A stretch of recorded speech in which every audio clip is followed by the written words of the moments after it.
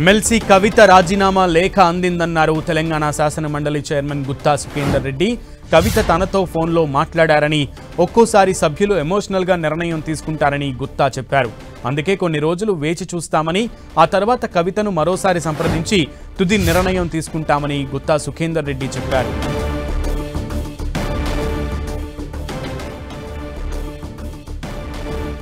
ఇదే అంశానికి సంబంధించి మరింత సమాచారం మా ప్రతినిధి చంద్రశేఖర్ అందిస్తారు. చంద్రశేఖర్,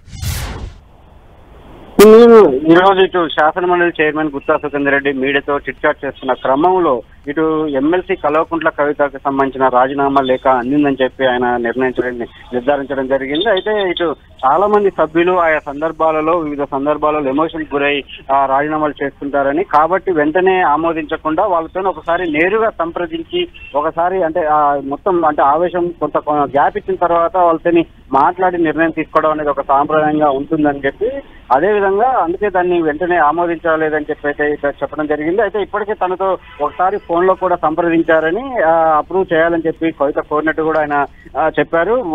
మరొకసారి నేరుగా సంప్రదించిన తర్వాత, అంటే కవితతో నేరుగా కలిసిన తర్వాత తుది నిర్ణయం తీసుకుంటామని, అప్పటికి కూడా ఆమె రాజీనామా కట్టుబడి ఉంటే మాత్రం ఖచ్చితంగా నిర్ణయం తీసుకుంటామని చెప్పి అయితే శాసనమండలి చైర్మన్ గుత్తా సుఖేందర్ రెడ్డి ప్రకటించారు. Okay Chandrasekhar, thank you.